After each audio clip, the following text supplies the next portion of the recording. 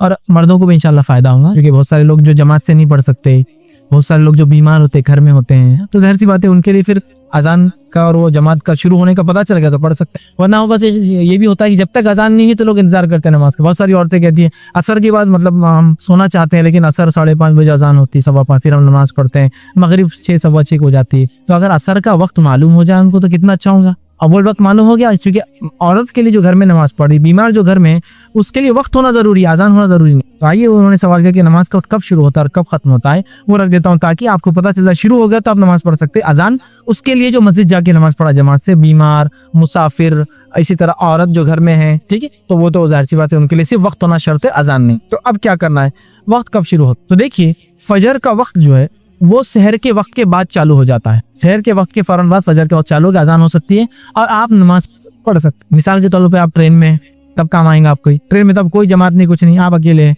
अब आपको पता है कि फजर का वक्त क्या है, जहां आप लोकेशन में आप बहुत आसानी से एंड्रॉइड हैंडसेट में मालूम कर सकते हैं। किसी से पूछिए, नॉन मुस्लिम होंगे तो आप बोल सकते हैं, क़िबले का डायरेक्शन भी दे देंगे आपको, टाइम भी बहुत आसान नेट से आप कर सकते हैं। बहरहाल आपने वो किया और उनसे पूछ लिया, आपको पता है कि 5:30 बजे हो जाता है, तो आप रुकने की जरूरत नहीं कि बाद जमात 6 बजे खड़े होती है औरंगाबाद में, 5:30 बजे और आप उस मसाफत में आप अपनी नमाज बना रखते हैं। मरीज है, मरीज को भी अजान की जरूरत नहीं, औरत है।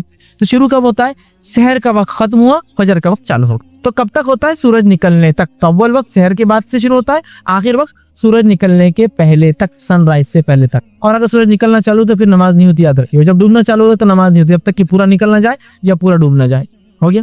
जोहर का वक्त कब चालू होता है, अव्वल जोहर का अव्वल वक्त चालू होता है सूरज जब सेंटर में आ जाए, इसको बोलते हैं जवाल। सेंटर से वो मगरिब डूबने की तरफ चला जाए, सेंटर से मगरिब डूबने की तरफ चला जाए, समझ रहे बात को? तो शुरू हो गया जोहर का अव्वल वक्त। सेंटर से हट गया, जवाल से हट गया और मगरिब डूबने की तरफ जा रहा है, अब डूबने की सिमत में थोड़ा भी हट गया तो ये चालू हो गया अव्वल वक्त। किसका, जोहर का। अजानें हो सकता है 1 बजे होती होंगी, 1:15 बजे, 1:30 बजे, 2 बजे, लेकिन अव्वल वक्त शुरू हो गया, जो कि सर्दियों के अंदर 11:40 से शुरू होता है और गर्मियों के अंदर हाईएस्ट जो है 12:30, 12:35 तक जाता है। हर इलाके का अलग होता है, मैं औरंगाबाद के एतबार से जनरल बात कर रहा हूँ। आप टाइम टेबल ले लें, उसमें आपको सब मिल जाएंगे। हो गया एक। असर का वक्त कब चालू हो जाता है, असर का वक्त चालू कब होता है, मतलब जोहर का वक्त खत्म हो जाता है तब। असर का वक्त चालू होता है जब सूरज जो है इतना ढल जाए मगरिब की तरफ कि चीजों का साया उसकी असल लेंथ से ज्यादा हो जाए। फॉर एग्जाम्पल, मिसाल के तौर पर आप एक पेन रख दीजिए, पेन की हाइट है 6 इंच, 4 इंच, 5 इंच। अब आप देखिए साया कितना है, अगर साया 5 इंच का है तो असर का वक्त नहीं हुआ अभी। 5 से ज्यादा हुआ, एक लाइन मारी, पेन को आड़ा डाली तो आपको पता है आगे आ गया साया, मतलब असर का वक्त चालू हो गया। बहुत आसान है, जिसमें तकलीफ। असर का अव्वल वक्त चालू होता है सूरज इतना मगरिब की तरफ चला जाए कि चीजों का साया उसकी असल से बढ़ जाए, थोड़ा सा बढ़ जाए, ये वो असर का अव्वल वक्त, मतलब जोहर का आखिरी वक्त। मिल गया। असर का वक्त कब तक होता है, सूरज डूबने तक। सूरज डूबना चालू होता है तो फिर नमाज नहीं होगी जब तक सूरज डूबना जाए, याद रखिए। निकलते और डूबते वक्त नमाज नहीं होती और जवाल बीच में जब। अब ये टाइम चलेगा आपका सूरज डूबने। मगरिब का अव्वल वक्त कब होता है, सूरज जो ही अंदर चला जाता है तो सहर का इफ्तार का वक्त भी हो जाता है और मगरिब का वक्त भी हो जाता है। ये मगरिब का अव्वल वक्त। अब मगरिब का वक्त कब तक होता है, तो मगरिब का वक्त याद रखिए शफक जब तक होती है, होराइजन जो होता है ना, जब जमीन आसमान मिलते हुए दिखते हैं, वहां जब सूरज डूब जाता है एक ट्वाइलाइट जैसा होता है, हल्की हल्की रोशनी, ला शफक बोलते हैं उर्दू में, जब तक वो होती है तब तक होता है, जो गोया तकरीबन हिंदुस्तान के इलाकों में 30 से 45 मिनट तक जाती है, उससे ज्यादा नहीं। इसलिए यहाँ मगरिब को फौरन खड़े कर देते हैं, टाइम नहीं होता, कम होता है। कुछ इलाकों में 1-1 घंटा, 1.25 घंटे तक होता है वो टाइम, हमारे पास थोड़ा सा कम होता है वो टाइम। तो ये हुआ टाइम। ईशा का वक्त कब चालू होता है, तो ईशा का वक्त जो है, अब चूंकि ईशा के वक्त में मसला ये है कि उसके लिए आपको टाइम मालूम होना चाहिए, इसलिए कि अब सूरज डूब गया है, अब वो अंदाजा सूरज से नहीं गेस कर सकते आप। तो मगरिब होने के बाद एक आम सूरत में, हम जिस इलाकों में रहते हैं, हर इलाके वाले को टाइम टेबल देखना चाहिए, आम एतबार से 1 घंटा 20 मिनट से जायद के बाद ईशा का वक्त चालू हो जाए। और कभी 1:10 होता है, 1 घंटा 10 मिनट, 1:20, लेकिन इतने में ईशा का वक्त उसके बाद फिर आपका चालू है। जैसा कि आजकल ईशा का वक्त चालू हो रहा है, 8 बजकर, मगरिब हो रही है 7:11, तो 8:30 ईशा का वक्त चालू हो रहा है, जो कि तकरीबन कम बेच जो है ये 8-10, 1 घंटा 20 मिनट के करीब देखी जा रहा है ये दिनों। और सर्दी के अंदर 1 घंटा 10 मिनट तक हो जाएंगे, कम होता है। तो आप उससे अंदाजा लगा ले सकते हैं कि ये ईशा का टाइम हमारे इलाके में, मुख्तलिफ इलाकों में एंड्रॉइड हैंडसेट में आप देख ले सकते हैं कि उसके अंदर ईशा का वक्त का बहुत आसानी से आपको मिल जाएगा, आप सेट कीजिए, मिल गया। तो ये हुआ शुरू का टाइम, और हर नमाज का आखिरी वक्त इस नमाज का अव्वल वक्त होता है। तो अब आपको अजान के लिए रुकने की जरूरत नहीं, जो लोग जमात से नहीं पढ़ सकते हैं, बीमार, मुसाफिर और औरतें, अजान की रुक के। बहुत सी बार देखिए औरतें ये दिनों में असर के लिए रुक रही है 5:15 बजे, जबकि औरतों को जमात से नमाज नहीं पढ़ना है, और असर इन दिनों के अंदर तकरीबन 3:54 या 3:50। आप देखिए फिर भी टाइम एग्जैक्टली, मैं चूंकि आज का नहीं जानता हूँ क्या टाइम था, लेकिन आप देखिए टाइम टेबल में, तो आप देखिए माशाल्लाह अगर ये टाइम ना असर पढ़ लेती है, वो 4 बजे फ्री हो जाती है। 4 बजे से लेकर 7:15 तक टाइम है उनके पास, तो आराम भी हो जाता है, सब कुछ हो जाता है। आप 5:15 तक रुकेंगे क्योंकि उनको जमात नहीं है ना, जमात से जो पढ़े तो फिर तो अजान का इंतजार है, फिर जमात को जाना, ठीक है। लेकिन मुसाफिर, बीमार और औरतों के लिए चूंकि ये नहीं है, तो वो नमाज के अव्वल वक्त होते ही अजान हो ना हो वो अपनी नमाज शुरू कर सकते हैं, इसलिए कि अजान मस्जिद के लिए और जमात से नमाज के लिए। और जिस इलाकों में अजान अव्वल वक्त में होती है तो फिर उनको अजान का इंतजार, जैसा सऊदी अरब में आप जाएंगे तो अव्वल वक्त अजान होती है, जाहिर सी बात है वहां तो मैं कहूँगा अजान के मुताबिक नमाज पढ़ी। लेकिन हिंदुस्तान में अव्वल वक्त में तो लिहाजा यहाँ अक्सर जगह अव्वल की बात। बहुत दर मेरे पास आया और मुझसे पूछने लगा कि क्या सुन्नत के बगैर नमाज होती, तो मैं समझ नहीं पाया उसने। सुन्नत के बगैर, सुन्नत के मुताबिक ही हर अमल हो, सुन्नत के मुताबिक नहीं। तो कहा वैसा नहीं, सुन्नत के बगैर क्या मुराद, सुन्नत नमाजों के बगैर क्या नमाज हो। तो याद रखिए फर्ज नमाज ये हम पर फर्ज है और ये फर्ज इबादत है, कुछ छोड़ने का गुनाह है, इसके पढ़ने का अजर सवाब है। लेकिन इसके साथ जो मौकेदा, उसके अलावा सुन्नत और नफिल, देखिए हर इबादत की सिर्फ 2 कैटेगरी होती है, याद रखिए, फर्ज और उसके बाद नफिल, किसी को कैटेगरी नहीं। तो नमाज में भी फर्ज और नफिल, ठीक है। हज भी फर्ज हज होगा या नफिल हज करेगा, ज़कात देगा फर्ज या नफिल, नफिल ज़कात मतलब सदक़ात और खैरात। फर्ज और नफिल 2 ही टाइप होते। नमाज में फर्ज है वो फर्ज है, और जो नफिल है उसे 3 टाइप है। नफिल को 3 कैटेगरी, मौकेदा, सुन्नत मौकेदा, इसको सुन्नत और नफिल, ठीक है। ये याद रखिए नमाज में करते, लेकिन ये नफिल का पार्ट ही, नफिल का हिस्सा। तो जो मौकेदा नमाज है या सुन्नत नमाज है, नफिल नमाज रखिए,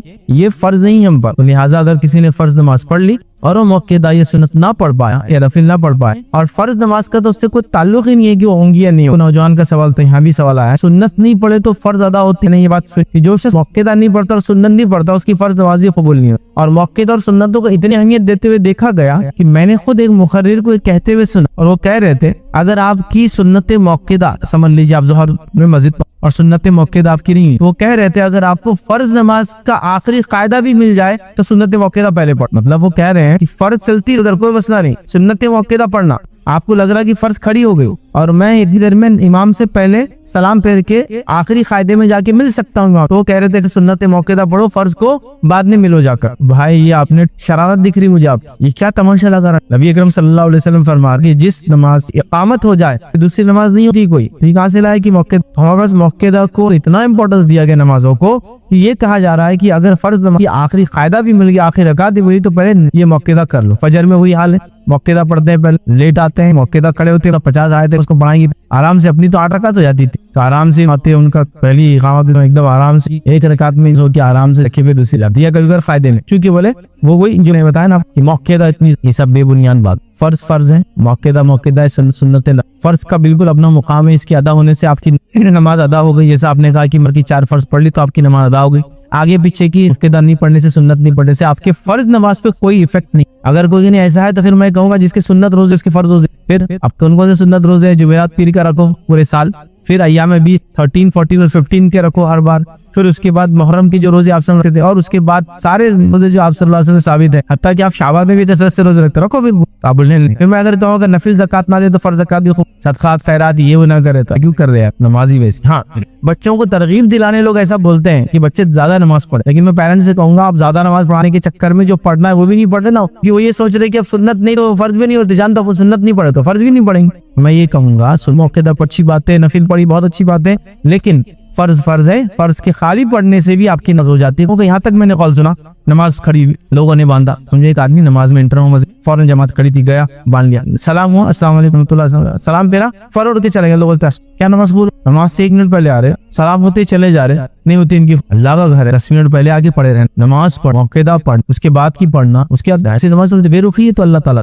और वो क्या करते हैं कभी बार मानो मोहल्लों की मस्जिद देखते हो, जैसी नमाज हुई तो जो रास्ता है ना वहीं जाके नफिल के लिए खड़े हो जाते ताकि सब रुक जाना। और क्या सोच, ये सब जो अब रुक के नमाज पढ़ेंगे इसका अजर किसको मिलेगा, अपने अकाउंट। उससे बीमार हो सकता है, मुसाफिर हो सकता है, टॉयलेट की जरूरत हो, बीमार हो सकता है, उसको भागना है, इसके अब आप खड़े हो गए मस्त, तो बोले मैं रोक के लोगों को नफिल और ये सब नहीं है तो फर्ज हो गई काफी। मौकेदा और अजर और सुनन और अजर देंगे, अजर देंगे, क्योंकि नौफिल की कैटेगरी में सब आते हैं। जो शख्स नौफिल में इजाफा कर खूब पढ़ता वो अल्लाह से इतने करीब अल्फाज है कि अल्लाह उसका हाथ बन जाता है जिसका, इसका मतलब ये नहीं कि अल्लाह उसके हाथ में चले जाता है, ये वो हर अच्छा काम कर अल्लाह उसके कान बन जाता है जिसका, मतलब वो हर नफिल का ये तो नफिल में सभी आ रही मौत बहरहाल नफिल या मौकेदा नमाज सुन्नत पढ़ना चाहिए, लेकिन ये उसका पार्ट नहीं है फर्ज नमाज का। फर्ज होगी तो आपका फर्ज अदा हो गया, आप गुनाह बच गए, आपको नेकी मिल गई, इतनी बात याद रखें। लिहाजा पढ़ना चाहिए, अच्छी बात है, मैं रोक नहीं रहा हूँ, लेकिन ये कहना कि और नमाज छोड़ने के हमारे बहाने दोनों रखूंगा इंशाल्लाह, और बहानों का इजाला भी कम, सिर्फ नमाज की अहमियत बताने मामला खत्म नहीं होगा, उसके बहाने बड़े एक से हमारे पास है ना। अक्सर लोग नमाज जो पढ़ते हैं वो नमाज पढ़ने का भी मामला बड़ा अजीब है, इंशाल्लाह आगे वो भी रखूंगा। नमाज छोड़ने वाले के साथ क्या होगा या वो आदमी क्या है इसका मामला। तो नमाज छोड़ने वाला वो जो है, नमाज के ताल्लुक से जो बातें आती है, जो इंसान नमाज छोड़े उसके ताल्लुक से आता है कि नमाज छोड़ने वाला इंसान जो है वो काफिर होता है, वो मुनाफिक होता है, वो फासिक होता है। इसके ताल्लुक से इतनी सारी बातें, इतनी सारी हदीसें आती है, मैं आपके सामने कुछ ही रख पाऊंगा। बहरहाल सबसे पहले मैं रखता हूँ आपके सामने, नमाज को तर्क करने वाला, नमाज को छोड़ने वाला, उसका सबसे पहला नुकसान ये है कि वो मुशरिक हो जाता है, वो शिर्क करता है। तारिक नमाज, नमाज को छोड़ने वाला इंसान मुशरिक। आइए दलील, आप सल्लल्लाहु अलैहि वसल्लम ने फरमाया और कहा, पहले कुरान की आयत देखते हैं। अल्लाह रब्बुल इज्जत फरमाता है सूरह रूम सूरह नंबर 30 आयत में 31 में फरमाता है, मुनीबीना इलैहि वत्तखू वअकीमुस्सलाता वला तकूनू मिनल मुशरिकीन। मुनीबीना इलैहि, मुत्तकीन मोमिनों की सिफत है, गुनाह करते हैं तो अपने रब की तरफ पलट जाते हैं, इनाबत करते हैं, लौट जाते हैं। फिर फरमाया वत्तकू, और उसका डर इख्तियार करते हैं, वअकीमुस्सलाह, और नमाज कायम करते हैं, वला तकूनू मुशरिकीन, ऐ नबी नमाज कायम करना और मुशरिकों में से ना हो जाना, वो है नमाज को छोड़ने वाला मुशरिक। और कितना आसान है हमारे नमाज छोड़ना, अल्लाह रहम कर। नमाज को छोड़ने वाला मुशरिक होता है। नबी अकरम सल्लल्लाहु अलैहि वसल्लम फरमाते, मुस्नद अहमद की रिवायत है, तरकुस्सलाति शिर्क, नमाज को छोड़ना शिर्क है। लफ्ज के साथ एक जुमला है, नमाज को छोड़ना शिर्क है। इसलिए कि जिस रब ने पैदा किया, अगर तुम उसकी इबादत नहीं करते, इसका मतलब किसी ना किसी और चीज की इबादत तुम्हारे दिल में रच बस गई है। नमाज को छोड़ना शिर्क है। आगे जो है आप के ताल्लुक से आता है कि नमाज के ताल्लुक से आप फरमाते हैं नमाज को छोड़ना कुफ्र है।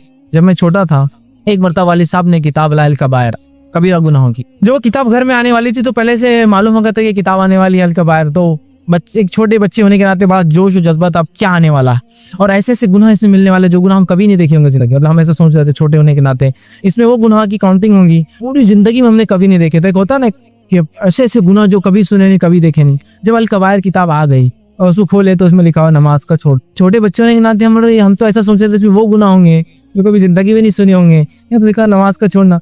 और हम जिस माहौल में थे, हम देख रहे थे हर कोई नमाज छोड़ता था, हमको लगा तो किताब गलत है तो लोग गलत है। मसला क्या है कि नमाज छोड़ना के कबीरा गुनाह है, हमें नहीं पता था, छोटे थे। और हम बोला कबीरा गुनाह होता है ऐसे जो मुसलमान समाज में दिखते भी नहीं को करते हैं। और नमाज का छोड़ना तो आज क्या हमला है। आप सब फरमाते हैं नमाज का छोड़ने वाला जो है वो काफिर, कुफ्र समझते हैं, काफिर है। आइए सुनिए अल्फाज जो है, ये हदीस जो है सही तरगीब व तहजीब की रिवायत है। सौबान रज़ी अल्लाह फरमाते हैं कि आप सल्लल्लाहु अलैहि वसल्लम फरमाया और कहा, बंदे और कुफ्र और ईमान के बीच में फर्क जो है नमाज है, इसलिए कि आपने फरमाया इसे तर्क करने वाला बंदा मुशरिक करार पाता। बंदा, इंसान, ईमान, कुफ्र के बीच में फर्क नमाज है, इसलिए कि नमाज छोड़ने वाला फरमाते हैं मुशरिक हो जाता है, और शिर्क करने से वो कुफ्र भी कर लेता है, शिर्क करने वाला काफिर हो जाता है। समझ रहे हैं?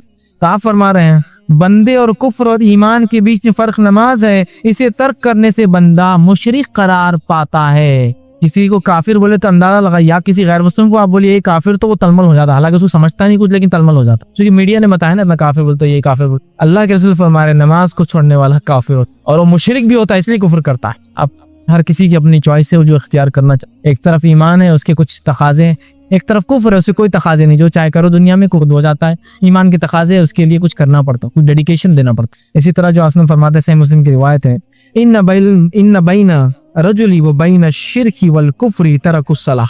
इंसान और शिर्क और कुफ्र के बीच का फर्क नमाज है। शिर्क और कुफ्र बीच का फर्क नमाज है। एक इंसान है, अगर वो शिर्क और कुफ्र पे नहीं है तो फर्क वो चीज बताती है कि वो नमाजी है। अब हम अपने आप को किस में डाले, हम खुद सोच सकते हैं हम कितनी नमाजें पढ़ रहे हैं। इससे आगे बढ़िए, इससे आगे बढ़िए, इससे भी घटिया एक दर्जा है, उस दर्जे में भी इंसान मुशरिक एक दर्जा है, कुफ्र से भी नीचे एक दर्जा, मालूम आप वो क्या है? निफाक।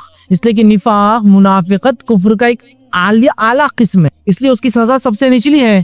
तो एक नमाज, जो इंसान नमाज छोड़ता है वो मुनाफिक। इसलिए कि अल्लाह रब्बुल इज्जत कुरान में फरमाता है सूरह निसा सूरह नंबर 4 आयत में 142 में, व इज़ा अक़ामू इला सलाति क़ामू कुसाला। जब मुनाफिक नमाज के लिए खड़ा होता है तो बड़ी सुस्ती से खड़ा होता है। युराऊन अन्नासा, और जो खड़ा जो कुछ पढ़ता है, जो कुछ करता है वो लोगों को दिखाने करता है। वला यज़कुरून अल्लाह इल्ला क़लीला, और नहीं करता अल्लाह का जिक्र मगर बहुत थोड़ा।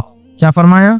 व इज़ा क़ामू इला सलाति क़ामू कुसाला। मुनाफिक की सिफत क्या? नमाज को खड़ा होता है तो सुस्ती, और इसलिए खड़ा होता है कि लोगों को दिखाए, और अल्लाह का जिक्र नहीं करता मगर बहुत, तो मुनाफिक। इसी तरह मुत्तफ़क़ अलैहि रिवायत है सही बुखारी सही मुस्लिम की हदीस, आपने फरमाया मुनाफिक पर फजर की और इशा की नमाज बड़ी भारी जाती है। ये मेरे बारे में और आपके बारे में बात नहीं है। मुनाफिक पर फजर और इशा की नमाज भारी जाती है। अल्लाह हम पर रहम करे, वाकई में हम पर फजर और इशा की नमाज। मुनाफिक पर आपने कहा, सही मुस्लिम की रिवायत में फरमाया मुनाफिक जो है बैठा रहता है और जब सूरज डूबने लगता है और पीला हो जाता है तब भागते हुए जाता है और कौवे की ठोंगे से सरजमीन पे मारता है और असर की नमाज अदा कर लेता है। वो इतनी सुस्ती कि सूरज डूब रहा है, लाल जब हो जाता है तो भागता है, उठते हुए जाता है और 4 रकात ताकि मुसलमानों को बताए मैं मुसलमान हूँ भाई, काफिर नहीं हुआ, और ठोक मारता है 4, मतलब 4 सजदे, मतलब उसने नमाजें पढ़ी और उसके बाद खत्म। तो मुनाफिक हो जाता है वो शख्स जो है जो करता है। आप सल्लल्लाहु अलैहि वसल्लम के जमाने में आप सल्लल्लाहु अलैहि वसल्लम मुनाफिकों की भी हिम्मत और मजाल नहीं कि वो नमाज छोड़े, इसलिए कि उन्हें पता था नमाज छोड़ने से हमारा कुफ्र जाहिर हो जाएगा। अल्लाह रहम करे हम पर। हम लोग अपने आप को माँ पेट से मुसलमान कहकर धड़ल्ले से नमाज़ें शिखो, धड़ल्ले से नमाज़। रसूलुल्लाह सल्लल्लाहु अलैहि वसल्लम के ज़माने के काफिर की भी हिम्मत नहीं थी कि वो कोई नमाज को छोड़े, इसलिए कि वो जानता था नमाज को छोड़ने से मेरा कुफ्र जाहिर हो जाएगा। हम अपने आप को माँ पेट से मुसलमान बोलते हैं और उसके बाद धड़ल्ले से नमाजें एक के बाद एक छूट रही हैं। रमजान का एक चांद होता है जो अजीब तब्दीली लाता है और रमजान का एक और चांद होता है जो अजीब तब्दीली लाता है। पहला चांद वो होता है जो रमजान शुरू करता है, ऐसी तब्दीली लाता है कि मस्जिदें जो मुसल्लियों के लिए तरसती थी वो मस्जिदें जो परेशान हो जाती मुसल्लियों की बोझ और वजन से। जगह नहीं है, रास्ता नहीं है, हाउस नहीं पूरे, पानी नहीं पूरा, चटाई नहीं पूरे, रास्ते नहीं पूरे, बिल्डिंग्स नहीं पूरी। और फिर एक चांद और आता है, अजीब चांद होता है, वो भी आएगा, वो भी कल का या परसों। फिर वो चांद ऐसा करता है मस्जिद फिर वीरान हो जाती है कि कहाँ चले गए वो लोग जो मुझ में आते थे एक चांद देखने के बाद, फिर एक चांद देखकर गायब। फिर अगले साल उन्हें लोग मिलते वही। अगले साल कब हमको याद आता हम मुसलमान हैं, अगले साल 27 रजब, शब्बे मेराज। फिर थोड़ा सा याद आता और अरे अपन मुसलमान है 15 शाबान, उसको भी एक रात मनाते शबे बरात। फिर एक याद दहानी आती जब एक चांद दिखता और अरे तरावी पढ़ना है अपने को, चलो चलो चलो चलो और चले नमाज। जैसे नमाज में ये कहाँ तक साबित है कि जैसे पहली रकत में आपने सूरह असर पढ़ी उसके बाद आप उसके पहले की सूरत नहीं पढ़ सकते, ऐसी तरतीब के सुन्नत से साबित है क्या कि हम पहले पढ़ भी सकते हैं या फिर जरूरी है उसके बाद की ही पढ़ना कुरान आयत है। भाई ने एक सवाल किया नमाज तिलावत के एतबार, तो मैंने कहा कि कुरान की जब लिखा जाएगी काफी। भाई का क्वेश्चन है कि नमाज में क्या इसकी खत्ती की जा सकती है, उसको फॉलो करना है। फॉर एग्जांपल सूरह पहले जो सूरह वो पहले 3 नंबर का सूरह और सूरह इखलास 12 नंबर का, क्या वो तब की फॉलो होंगी? अगर हम सूर्य असर पढ़ना तो पहले सूर्य असर या असर पढ़ना कभी पढ़ेंगे या आगे पीछे भी। देखिए इसी तहब है, तहब मतलब रिकमेंडेड है कि आप कुरान को तरतीब से, मतलब सूर्य असर को पहली रकात में, उनको बाद में, अगर आप ये 2 पढ़नी है तो नसर बाद या फिर सूर्य नसर को पहले और सूर्य नास को आखिर में, क्योंकि सबसे आखिर सूरह, ये मुस्तहब है लेकिन कोई जरूरी नहीं है। आगे पीछे पढ़ने में कोई नहीं। नबी अकरम सल्लल्लाहु अलैहि वसल्लम खुद फजर की नमाज के अंदर उनको आगे पीछे तरतीब में पढ़ा, ये बात साबित समझा। तो तरतीब फॉलो करना, अल्लाह के तरतीब फॉलो करते थे हमें, ये मुस्तहब है, वाजिब नहीं है कुरान में तिलावत में, क्योंकि अल्लाह के रसूल ने खुद तरतीब बदल कर फजर की नमाज में कुछ सूरतों बल्कि 2-3 सूरतों को आगे पीछे पढ़ाया है। याद है। अब मैं बात और वजाहत कर दूं, बहुत सारे लोग फिर सूरों की तरतीब अगर इमाम बदल दे तो सजदे सौ कराते उसको, और मैं खुद उसका गवाह हूँ। एक बार हम फजर की नमाज के लिए गए तो नमाज हुई, नहीं समझ नहीं हमको कि हम समझ पा रहे क्या मसला हो रहा है, लेकिन 2 रकात पढ़ ली। एक काब उठे जो बुजुर्गवार थे और उन्होंने कहा रुक जाओ, तरतीब आगे पीछे होगी, बोले फिर से हाजिर नहीं होती, बोले वाजिब नहीं, वाजिबात छूटने पे जाता सिद्धि से तो कुछ ही नहीं हो, बोले फिर से फिर 2 रकात पढ़े। अब बेचारे इमाम साहब ने फिर गलती कर ली, फिर आगे पीछे सूरह पढ़ ली, क्यों बोले रुक जाओ फिर पढ़ना है, फिर पढ़े तो माशाल्लाह हमने जरगी 6 रकात फर्क पढ़, ठीक। फिर सूरों की तरतीब चेंज है, लेकिन सूरों की तरतीब चेंज कर सकते आप, मसला नहीं है कि आप तरतीब में पढ़े, जरूरी नहीं है। ये मामला सूरों के ताल्लुक से हो सकता है और एक ही सूरे की 2 आयतों के ताल्लुक से भी है। जैसे मिसाल से करो तो आपने पहले शुरुआत में सूरे बकरा की आयत नंबर 255 पढ़ी, आयत कुर्सी पढ़ ली पहले रकात में, तो बड़ी है। बाद में दूसरी रकात में उससे पहले कुछ आयतें पढ़, कोई ठीक है, लेकिन मुस्तहब है कि सूरों को भी, उनकी आयतों को भी तरतीब में पढ़ा जाए। तरतीब से मुराद में आसान है ना, आयतुल कुर्सी फिर दूसरी कुछ आयतों का एक सेट आपने पढ़ा। मैं बिल्कुल ये नहीं कर रहा हूँ कि पहली दूसरी आयत पढ़ के फिर पहली आयत पढ़ो या 5वीं पढ़ो फिर 4वीं पढ़ो, फिर ये नहीं बोलना चाह रहा हूँ। सेट ऑफ आयत भी अगर आप पढ़ो, ऐसे आयतुल कुर्सी एक बड़ी आयत है, एक भी पढ़ने पे काफी होती है साथ में, उसके बाद आप सेट ऑफ सेकंड आयत है जहां से भी आप पढ़ रहे बकरा में, अगर वो पीछे की जो हो जाता है हर जगह बताऊं, उल्टा पढ़ना ही होता है। तरतीब फॉलो करना ये मुस्तहब है, लेकिन छोड़ना आसान है, लेकिन खेल कूद नहीं। नमाज छोड़ना आसान है, लेकिन दुनिया की किसी और चीज को हम तर्क और आगे पीछे नहीं कर सकते। हालांकि हम उस दीन और उस शरीयत के मानने वाले जिसके अंदर नमाज फर्ज है, और इस हद तक फर्ज है कि नबी अकरम सल्लल्लाहु अलैहि वसल्लम ने, कुरान ने इसका हुक्म दिया और नबी ने इसका तरीका बताया कि सलातुल खौफ कैसी पढ़ी जाए। सलातुल खौफ वो नमाज होती है कि जब दुश्मन सामने हो लड़ाई का मामला हो तो तब भी इस्लाम सिखा रहा है नमाज तो नहीं छोड़ी जा सकती है। उसका तरीका सिखाया जा रहा है कि एक जमात इमाम के पीछे खड़े होंगी, वो 2 रकात पढ़ेंगी, अगर 4 वाली नमाज चल रही तो फिर वो वहां से हट जाएंगी, दूसरी जमात आके इमाम के पीछे मिल जाएंगी, जब बाकी के 2 उनके साथ पढ़ेंगी, गोया आधी जमात को 2 रकात और आधे लोगों को 2 मिलेंगी, इमाम की 4 होंगी, बाकी की आके वो मुकम्मल कर लेंगे अपनी बात में।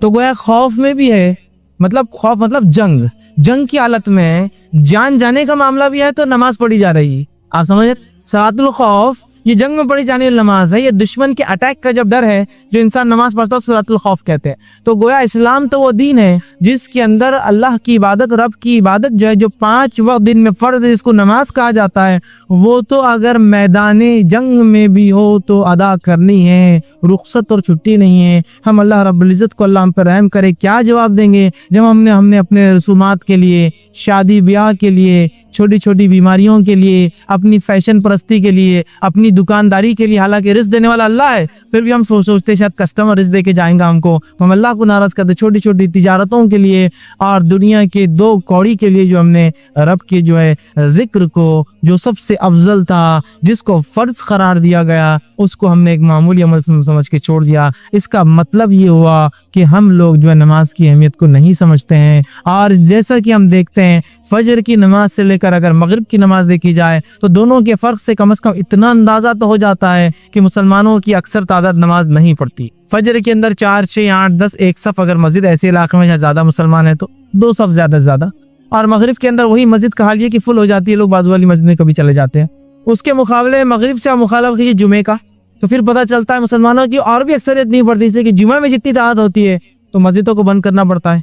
फिर उससे आप कंपेयर कीजिए रमज़ान का पहला दिन और वो पहली रात जो ईशा की जो है मगरिब की आती है और ईशा की आती है, उसमें तो रास्तों को बंद करना पड़ता है। इसका मतलब आम जुमे में भी लोग उतनी नमाज नहीं पढ़ते जितने रमज़ान में पढ़ते हैं। और रमज़ान में भी जिसको जुमातुल विदा के नाम से मशहूर कर दिया, आखिरी जुमा जो अभी गुजरा है, इसमें जो है अगर इसका मामला ले तो उसमें भी और तादाद मिलेंगे जो आम जुमा में भी नहीं मिलती है। इससे पता चला आम जुमा में रमज़ान के भी जितने लोग नमाज नहीं पढ़ते जुमातुल विदा को पढ़ते। और ईदैन का अगर मामला ले तो ईदैन में आपको उतने लोग मिलेंगे जितने आपको जुमे में भी नहीं मिलते, चाहे जुमातुल विदा जिसको कहा था उसमें भी नहीं मिलते। इससे पता चला कितने लोग कसरत से नमाज छोड़ रहे हैं। एक फजर की आम नमाज से लेकर ईद की नमाज से उसको कंपेयर कर लीजिए। ठीक है कि ईदगाह लाखों की तादाद में है, उसके अंदर मुसल्ली, एक ईदगाह में 1.25 लाख, एक ईदगाह में 1 लाख, एक ईदगाह तो लाखों। और फिर जुमा जो है ईदैन की नमाजें जो मसाजिद में भी हो रही है, फिर लोगों ने प्राइवेट जो है अपने खेतों पर भी और खुले मैदानों में भी शुरू कर दिए।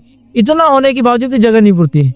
तो पता ही चला कि वो फजर में जो लोग आ रहे हैं वो भी मुसलमान हैं और ईद की नमाज को जा रहे हैं वो भी मुसलमान हैं।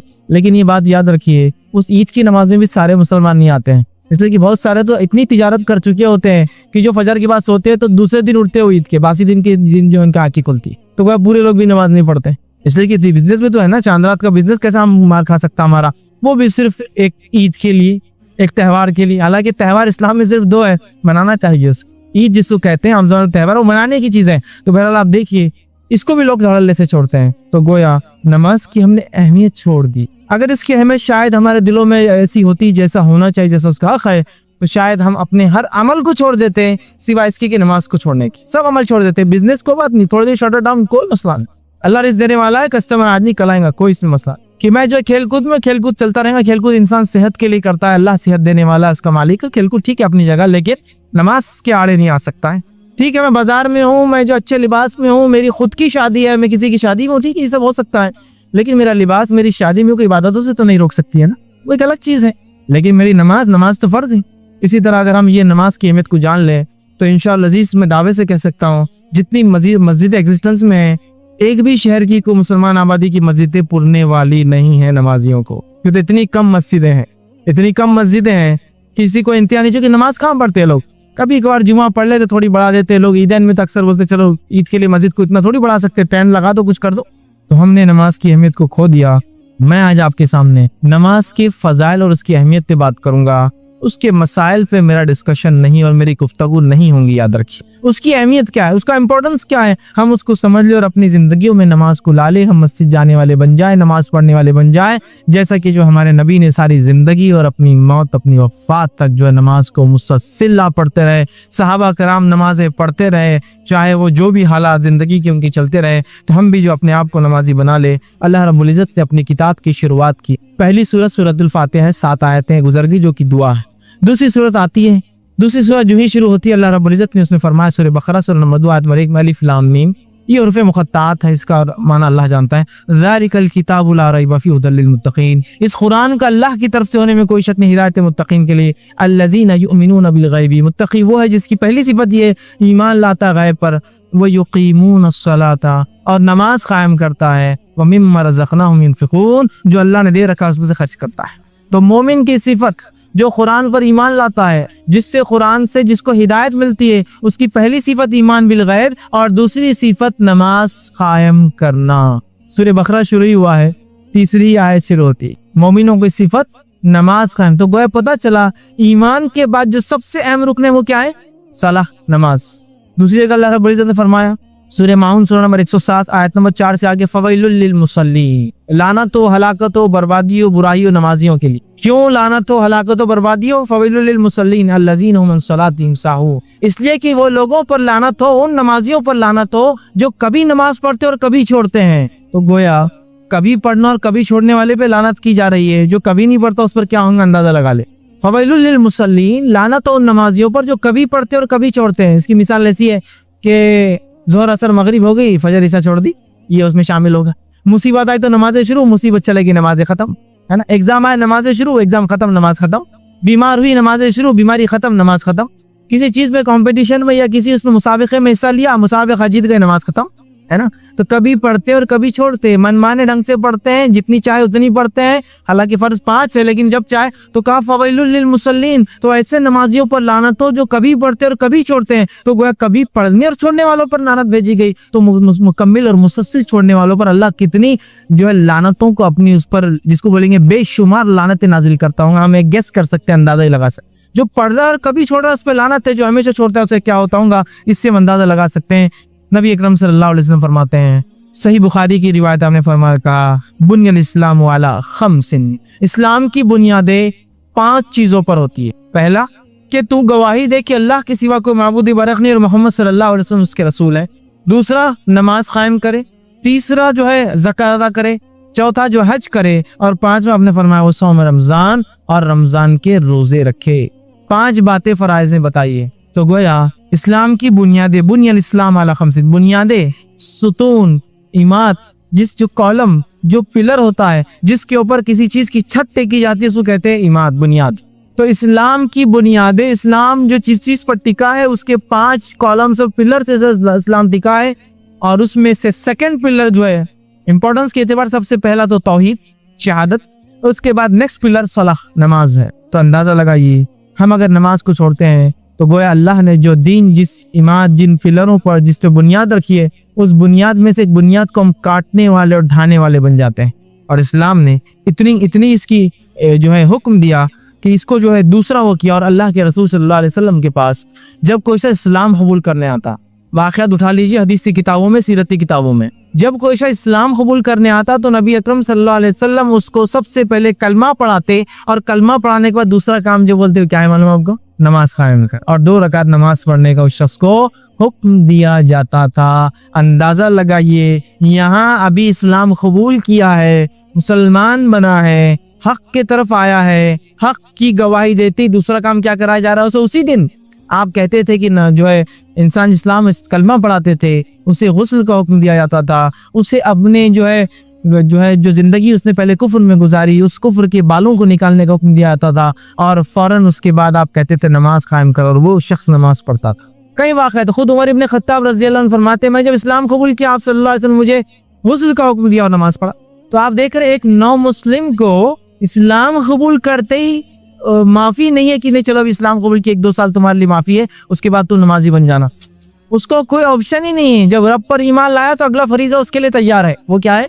सलाह, नमाज कायम करना है। और आज हम जो है पैदाइशी मुसलमान होने का दावा करते हैं और किस धड़ल्ले से और किस आसानी से नमाज को छोड़ते हैं। अल्लाह रहम करे, हमें अगर अल्लाह रब्बुल इज्जत माफ ना करे तो यकीनन हम तो बहुत खसारा उठाने वालों में हो जाएंगे। किस धड़ल्ले से छोड़े, बिल्कुल नमाज का क्या है। और हालत ये है कि 2 दोस्त, 2 मुसलमान, 2 भाई एक साथ बाजार में जाते हैं, एक साथ घर में बैठे होते हैं, एक साथ किसी जगह है, एक कहता है मेरे भाई नमाज को चलो, दूसरा क्या कहता है? तुम जाके आओ, सुभान अल्लाह, तुम जाके आओ। एक कुफ्र इख्तियार करता और एक ईमान पे चलता है। एक ही वक्त में 2 भाई है, 2 दोस्त है, 2 बिजनेस पार्टनर है, एक ही वक्त है, एक कहता है तुम जाकर आओ, गोया एक कुफ्र इख्तियार करता है और दूसरा ईमान पर बाकी है। क्या अजीब हाल हो गया ना। अल्लाह के रसूल सल्लल्लाहु अलैहि वसल्लम फरमाते हैं क़यामत से पहले ऐसे हाल आएंगे कि इंसान सुबह घर से निकलेगा और ईमान के साथ शाम में काफिर बन के आ जाएगा, है ना। सुबह निकलेगा ईमान वाला या शाम में निकलेगा ईमान के साथ सुबह काफिर बन के आ जाएगा। शायद वो हाल हमने अपने ऊपर खुद ला लिया है कि नमाजों को छोड़ना कुफ्र होता है। आप देखिए वो कह रहा नहीं आप पढ़ के आइए, मैं जरा बैठता हूँ। अंदाजा लगाइए नमाज की मतलब कोई कद्र कोई अहमियत नहीं है जिस नमाज के लिए सहाबा तड़प रहे थे कि अल्लाह रब्बुल इज्जत जिसने इतने फर्ज, इतने करम, इतनी जो हम पर नेमतें बरसाई है, इसके बदले हम कुछ करें उस रब के लिए। और वो नमाज थी जो दी गई, उसके लिए तरस रहे थे कुछ नाजिल हो। और हमारा हाल ये है कि हमें दिया गया हम पढ़ते नहीं है। नबी अकरम सल्लल्लाहु अलैहि वसल्लम जब ईमान मतलब आ रहा था, इब्तिदाई मक्की दौर था, नमाज फर्ज नहीं हुई थी, तब भी आप जो है 3 वक्त नमाजें पढ़ते थे और 2-2 रकात हुआ करती थी वो नमाजें, सुबह दोपहर और शाम में 2-2 रकात। सहाबा भी छुप छुप कर नमाजें पढ़ा करते थे 2-2 रकात की शक्ल में। हालांकि नमाज फर्ज नहीं थी अभी, लेकिन पढ़ा करते थे। अभी तो फर्ज नहीं, जब फर्ज होगी तो सहाबा तो खुश हो उठे थे कि उनके रब ने जो इतने फजल और करम उन पर किए, आखिरत में जन्नत देने वाला है। कुछ तो चीजें जो हम पर फर्ज किए जिसको अमल मिला है। और आज हम सोचते कि काश कि अल्लाह ताला ने जो है नमाज फर्ज नहीं करना था यार, बाकी सब चल जा रहा। रोजा जम जाता अपने को, 1 महीना को बहुत मुश्किल नहीं जाती, उतनी भूख तो बर्दाश्त कर लेते हैं। ज़कात का भी कोई बहुत बड़ा मसला नहीं है यार, माल का ही मामला है, दे देंगे उठाकर। हज का मामला तो पैसे है तो, नहीं तो वो तो कोई मसला ही नहीं है ना। तो ये थोड़ा सा आसान दिख रहा। तौहीद तो मामला माशाल्लाह ही नहीं, हम तो तौहीद परस्त है, हम अल्लाह से शिरक नहीं करेंगे। बस ये 5 वक्त क्यों अल्लाह ताला बुला ले रहा, बस ये नहीं होना था। मतलब देखिए अब अल्लाह ताला जो बेहतर जानता है कि हमारे लिए क्या अच्छा है क्या बुरा है, उसमें भी हमारी मनमानी होती है। सहाबा का हाल था, सहाबा इंतजार कर रहे थे कि हमारा रब नमाजों को शायद हम पर फर्ज कर दे तो हम उसको हमेशा अदा करेंगे। और हम सोचते काश की फर्ज ना हुई होती तो बाकी सब अमल तो हम इंशाल्लाह कर ही लेते थे। आजमाइश कहाँ होंगी फिर, नमाज आजमाइश है, फराइज आजमाइश है, याद रखिए। आजमाइश कहाँ होती फिर, अगर आपको आसानी हमको दे दी जाता कि बस ईमान ला और बस पड़े रहो घरों के अंदर और उसके बाद बस मर जाओ तो आ जाओ जन्नत में अल्लाह की, तो फिर आजमाइश कहाँ थी भाई मेरे। दुनिया में छोटी सी नेमत भी आपको बगैर आजमाइश की नहीं मिलती है। बगैर मेहनत को कमा सकता है कि दुनिया में, बगैर मेहनत मैं कुछ नहीं करता लेकिन बहुत हमारे पास आ जाता है, ये अलग बात है। बाप दादाओं ने कमाया है, उसके पास अगर है भी तो लोग उसको कोसते और काट देगा, बेकार इंसान है, कुछ करता नहीं, बाप दादाओं को ऐश कर रहा है सिर्फ, है ना। तो वो भी चुप चुप 9 बजे उठ के बाहर जाता और शाम में आता घर बताने के लिए कुछ कर रहा हूँ। हालांकि वो खर्च करता है लेकिन कुछ कर रहा हूँ भाई मैं, है नहीं। तो दुनिया में कोशिश करने के बगैर कुछ हासिल नहीं है। तो उसी तरह आखिरत के लिए भी हमें ईमान पर चलकर जो उसके तकाजे हैं, फराइज है, उसमें अमल करने के बगैर कोई चारा नहीं, याद रखिए। और आज हमारी हालत ये है कि अगर जो है कोई शख्स जो है नमाज पढ़ने लग जाता है, कोई शख्स मस्जिदों में दिखने लग जाता है, तो लोग क्या पूछते हैं उससे, मालूम सब खैर तो है ना घर पर। तो क्यों आप ये सवाल क्यों कर रहे हैं?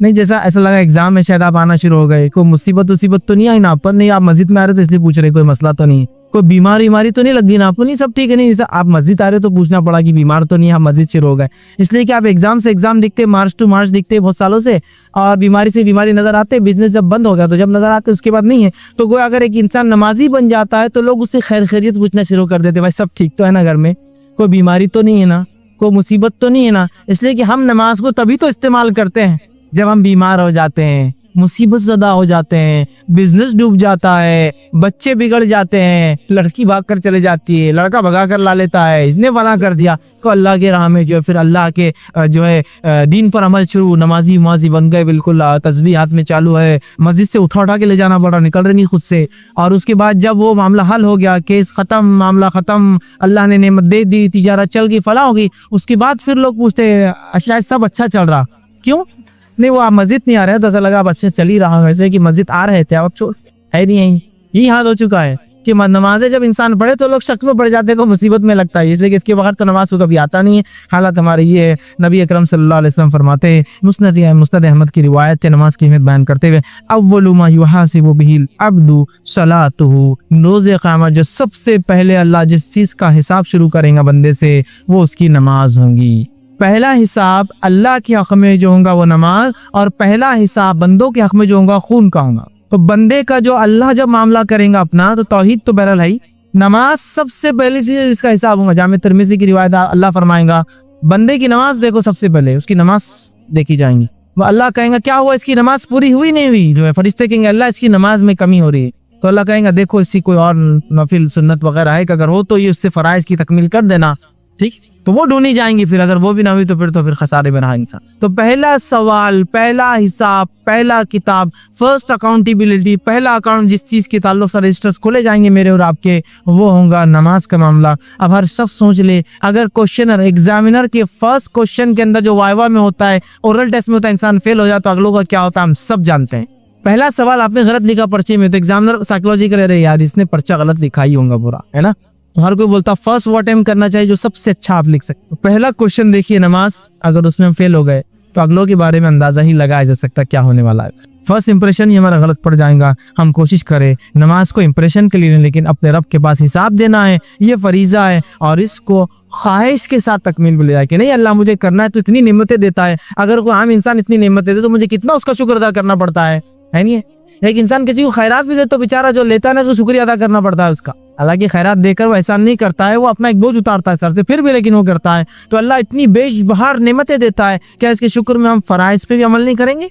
बहरहाल ही बड़ी जरूरी चीज है। आज हम जो है इतनी मसरूफियत का हम बहाना बनाते हैं और जो है इतने काम हमने अपने ऊपर जो है लाद दिए हैं कि जिसका खमियाजा अगर किसी को भुगतना पड़ता हमारी मसरूफियत का तो वो सिर्फ और सिर्फ नमाज होती है। और आज जो है नमाज का ऐसा मामला हो चुका है कि हम बहुत कम उसे अदा करते हैं। हालांकि नमाज की अदायगी पाबंदी से करना, इसकी खास ताकीद अल्लाह की किताब ने दी। अल्लाह रब्बुल इज्जत सूरह नाम सूरह नंबर 6 आयत नंबर 92 फरमाता और कहता है वल्लज़ीना युमिनून बिल आखिरती युमिनून बिही, जो लोग ईमान लाते हैं आखिरत पर वो ईमान लाते हैं इस कुरान पे। वहुम अला सलातिहिम युहाफिजून, और वो अपनी नमाजों की हिफाजत करते हैं। जो आखिरत पर ईमान लाता है वो कुरान पर ईमान लाता है, जो कुरान पर ईमान लाता है वो नमाजों की हिफाजत करता है। मोमिनों की सिफत कुरान कह रहा है कि नमाजों की हिफाजत करना मोमिन की सिफत है। फिर इसकी हिफाजत का ताकीदी हुक्म अल्लाह ने दिया और फरमाया सूरह निसा सूरह नंबर 4 आयत नंबर 162 वर्स 62 में वल मुक़ीनीन अस्सलाता वल मुतून अज़्ज़काता वल मुमिनून बिल्लाहि वल यौमिल आखिर उलाइका सनुक्तिहिम अजरन अज़ीमा।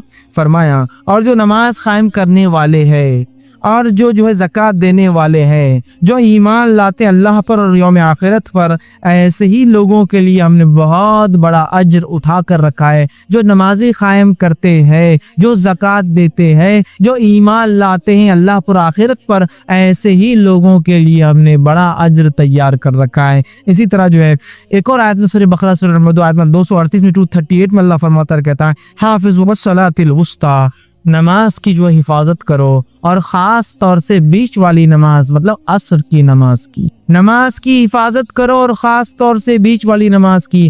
फिर ताकीद की नमाज की और फरमाया सूरह मोमिनून सूरह नंबर 23 आयत नंबर 9 जिसमें सक्सेसफुल लोगों की बात बताई गई है। बहुत से लोग होते हैं ना जो लोग MBA करते हैं, मैनेजमेंट कोर्सेज करते हैं, उनसे पूछिए सक्सेसफुल लोगों की जो है सवाने हयात बायोग्राफी पढ़ने का क्या इंपॉर्टेंस रहता। फिर वो बोलते ये मैनेजर था, उसने ये क्या जिंदगी में फलां उसकी सवाने हयात फलां करता था, ये करता था, है ना। तो अब यहाँ अल्लाह रब्बुल इज्जत बयान कर रहा है आखिरत में सक्सेसफुल लोगों की सिफतें हैं सूरह मोमिनून की इब्तिदा में। उसमें से एक सिफत जो सक्सेसफुल जो लोग आखिरत में जो कामयाबी अटेंड करेंगे उनकी एक सिफत क्या अल्लाह बयान कर रहा है वल्लज़ीना हुम अला सलातिहिम युहाफिजून, और आखिरत में कामयाब लोगों की एक सिफत है वो अपनी नमाजों की बड़ी हिफाजत करते हैं, उसको सैद के जोत के रखते हैं कि भूल ना जाऊँ, छूट ना जाए, गफलत ना हो जाए, सो ना जाए, कि मेरी सवारी ऐसी जगह ना रुके तो कुछ ना कुछ पहले इंतजाम कर लूँ, वजू का क्या मामला होगा, पानी नहीं तो तैमूम के लिए क्या तैयारी करके निकलता हूँ, तहारत चूंकि जरूरी है तो तहारत का इंतजाम है नहीं है उस जगह उसको देख लूं, ना हो तो ढेलों का इंतजाम पहले से करके सफर में निकलूं। सब पहले से हिफाजत करते रहते हैं, उसको हिफाजत समझते हैं ना, हिफाजत